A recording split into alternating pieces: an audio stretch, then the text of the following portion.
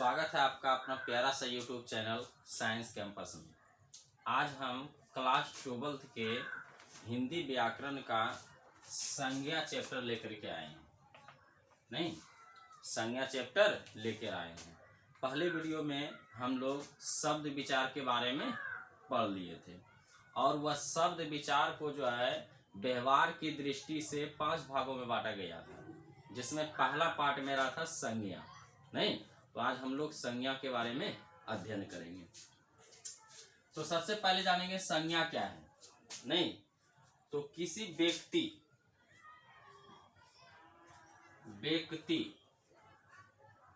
Comma वस्तु या स्थान,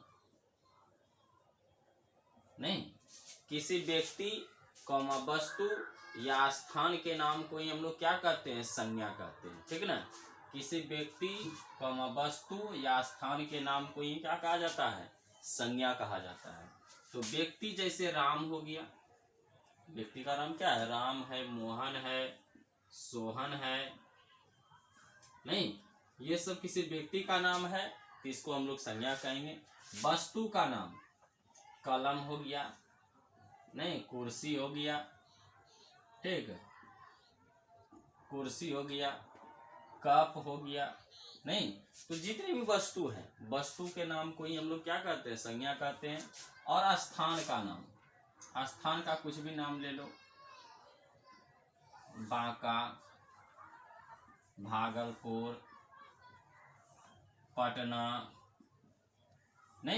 ये सब जो है स्थान का नाम है। तो इसी को हम लोग क्या कहते हैं, संज्ञा कहते हैं।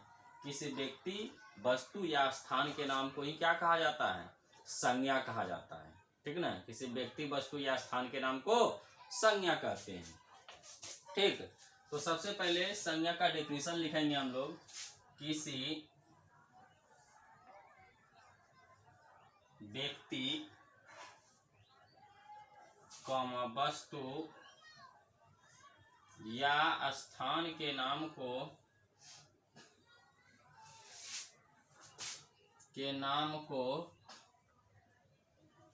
संज्ञा कहा जाता है। कहा जाता है। ठीक ना। किसी व्यक्ति वस्तु या स्थान के नाम को संज्ञा कहा जाता है। जैसे में लिख देना, किसी व्यक्ति का नाम देखो यहाँ है, राम है, मोहन है, सोहन है। वस्तु का नाम लिख देना, कुर्सी हो गया, टेबल हो गया, कप हो गया। और स्थान का नाम देखो लिखे हैं, बांका हो गया, भागलपुर हो गया और पटना हो गया इत्यादि। ठीक ना। इसी को हम लोग कहते हैं संज्ञा कहते हैं। ठीक ना। किसी व्यक्ति वस्तु या स्थान के नाम को ही क्या कहा जाता है, संज्ञा कहा जाता है। ठीक।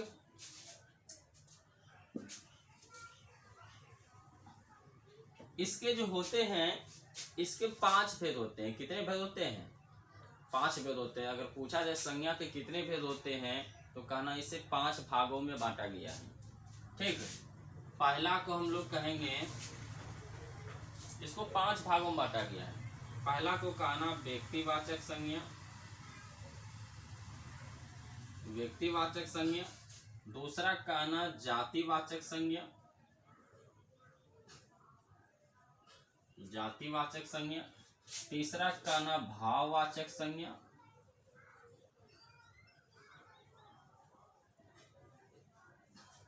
चौथा कहना द्रव्यवाचक संज्ञा। और 5वां को कहना समूहवाचक संज्ञा।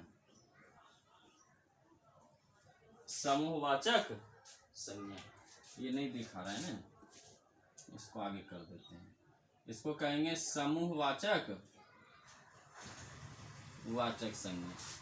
ठीक। तो संज्ञा को जो है 5 भागों में बांटा गया है, अर्थात संज्ञा के जो है 5 भेद होते हैं। पहला को हम लोग कहेंगे व्यक्तिवाचक संज्ञा, दूसरा कहेंगे जातिवाचक संज्ञा, तीसरा कहेंगे भाववाचक संज्ञा, और चौथा कहेंगे द्रव्यवाचक संज्ञा, और पांचवा को कहेंगे हम लोग समूहवाचक संज्ञा कहेंगे। ठीक ना। अब जो है हम लोग इसका डिफिनीशन पढ़ेंगे कि व्यक्तिवाचक क्या है, जातिवाचक क्या है और भाववाचक क्या है। तो चलो एक एक करके हम लिखते हैं।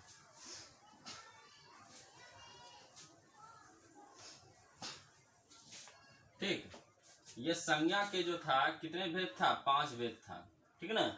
पहला को हम लोग कहेंगे व्यक्तिवाचक वाचक संज्ञा, दूसरा कहना जातिवाचक संज्ञा वाचक संज्ञा, तीसरा कहना भाववाचक संज्ञा,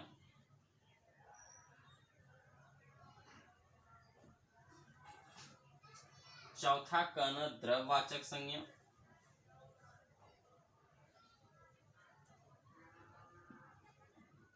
और पांचवा को कहना समूहवाचक संज्ञा वाचक संज्ञा। ठीक ना। ये 5 को होता है भेद किसका, संज्ञा का। ठीक, तो अब हम लोग पांचों के बारे में पढ़ेंगे। ठीक, व्यक्तिवाचक किसको कहते हैं, व्यक्तिवाचक किसको कहते हैं, किसी खास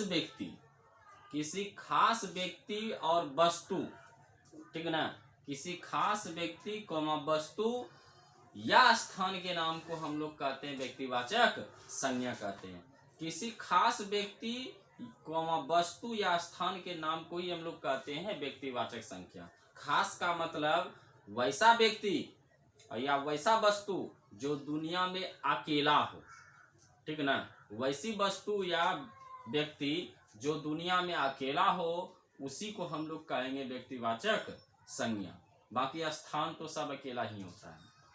ठीक ना, जो दुनिया में अकेला व्यक्ति अकेला वस्तु हो, ठीक ना, तथा स्थान के नाम को ही हम लोग कहेंगे व्यक्तिवाचक संज्ञा। अगर एक से अधिक व्यक्ति या वस्तु होगा तो वो व्यक्तिवाचक नहीं होगा। जैसे हम बात करते हैं राम, तो राम जो है अकेला ही है, एक ही व्यक्ति है, नहीं, तो राम को हम लोग कहेंगे व्यक्तिवाचक। मोहन भी अकेला है, नहीं, एक व्यक्ति का एक नाम का केवल एक ही व्यक्ति हो सकता है। आया समझ में, एक नाम का एक ही व्यक्ति हो सकता है। तो दुनिया में जो अकेला व्यक्ति हो या अकेला वस्तु हो, उसी को हम लोग कहेंगे व्यक्तिवाचक संज्ञा। तो जितने भी नाम के लोग होते हैं वो सिर्फ अकेले ही होते हैं। ठीक ना, अतः जितना भी नाम होगा वो क्या होगा, व्यक्तिवाचक संज्ञा होगा। वस्तु पर आते हैं, जैसे सूर्य अकेला है, एक ही गो है, इसको हम लोग कहेंगे व्यक्तिवाचक संज्ञा। चंद्रमा भी अकेला है, इसको भी हम लोग कहेंगे व्यक्तिवाचक संज्ञा। गंगा भी एक ही गो है नदी, नहीं, गंगा भी एक ही गो है, तो गंगा को भी हम लोग कहेंगे व्यक्तिवाचक संज्ञा। ठीक ना। और भी इसमें बहुत सारा होगा। पृथ्वी भी एक ही गो है, इसको भी हम लोग कहेंगे व्यक्तिवाचक संज्ञा। डायरेक्ट याद रखना, जो दुनिया में एक व्यक्ति एक वस्तु हो, उसी को हम लोग कहेंगे व्यक्तिवाचक संज्ञा कहते हैं। बाकी इसमें स्थान जुड़ जाएगा, स्थान तो एक ही होता है, बांका हो गया, पटना हो गया, नहीं, जितने भी स्थान होंगे वो सब स्थान एक ही होते हैं, इसलिए उसको हम लोग कहेंगे व्यक्तिवाचक संज्ञा कहेंगे। ठीक, यहाँ तक। अब आते हैं जातिवाचक में। चलो अब जो है हम जातिवाचक संज्ञा के बारे में पढ़ने वाले हैं। ठीक है ना। जातिवाचक संज्ञा किसको कहते हैं, तो जिससे किसी व्यक्ति या वस्तु के संपूर्ण जाति का बोध हो, जिससे किसी व्यक्ति या वस्तु के संपूर्ण जाति का बोध हो, उसी को हम लोग कहते हैं जातिवाचक संज्ञा कहते हैं। जैसे हम अगर बोल दें किसी व्यक्ति या वस्तु, जैसे हम बोल दें लड़का, तो सभी लड़का का बोध हो गया, लड़का का मतलब जितने भी लड़का है सबका बोध हो गया। लड़की बोल दिए तो जितने भी लड़की है सभी लड़की का बोध हो गया, नहीं, इसको हम लोग कहते हैं जातिवाचक संज्ञा। गाय बोल दिए तो जितने भी गाय है सभी का बोध हो गया। बैल बोल दिए, जितने भी बैल है सभी का बोध हो गया, नहीं, इन सभी को हम लोग कहते हैं व्यक्तिवाचक संज्ञा कहते हैं, ठीक है। अर्थात दुनिया में जितने भी वस्तु है सब जातिवाचक संज्ञा होंगे, बशर्ते जो अकेला है वही खाली व्यक्तिवाचक होगा। तो कोई भी लिख लो वस्तु, कुर्सी, टेबल, नहीं, कॉपी, इन सभी को हम लोग जो है क्या कहेंगे, जातिवाचक संज्ञा कहेंगे, ठीक है ना। जिससे किसी व्यक्ति या वस्तु के संपूर्ण जाति का बोध हो उसी को हम लोग कहते हैं जातिवाचक संज्ञा कहते हैं। तो जितने भी वस्तु बच गया, अकेला छोड़ करके जितने भी वस्तु होते हैं सब जातिवाचक होते हैं, ठीक है। अब तीसरा जानेंगे हम लोग भाववाचक संज्ञा के बारे में।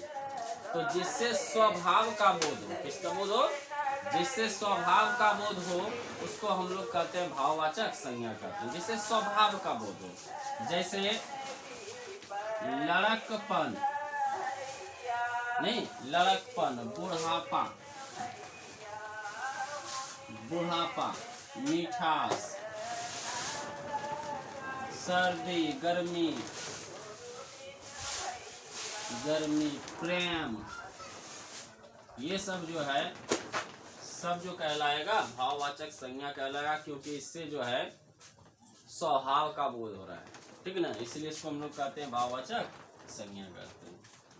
चौथा है द्रव्यवाचक संज्ञा। तो जिसको हम लोग नाप या तौल सकते हैं, ठीक ना, जिसे नापा या तौला जा सके उसी को हम लोग कहते हैं द्रव्यवाचक संज्ञा कहते हैं। जिसको नाप सकते हैं या फिर तौल सकते हैं। जैसे हो गया चीनी, चीनी को हम लोग नाप सकते हैं। चावल, चावल को भी नाप सकते हैं। घी, घी को भी नाप सकते हैं। तेल, तेल को भी नाप सकते हैं। पानी, पानी को भी नाप सकते हैं।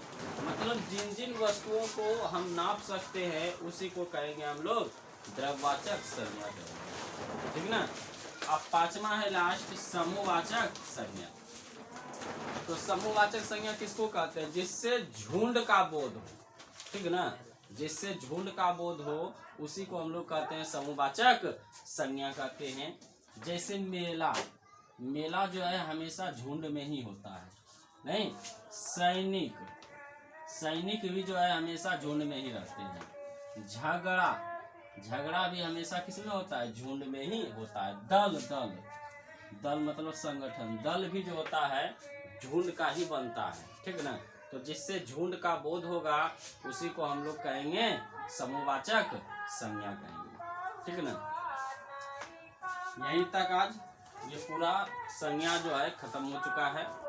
इसका स्क्रीनशॉट ले लो ताकि ऑब्जेक्टिव जो है सही से समझ में आ जाए।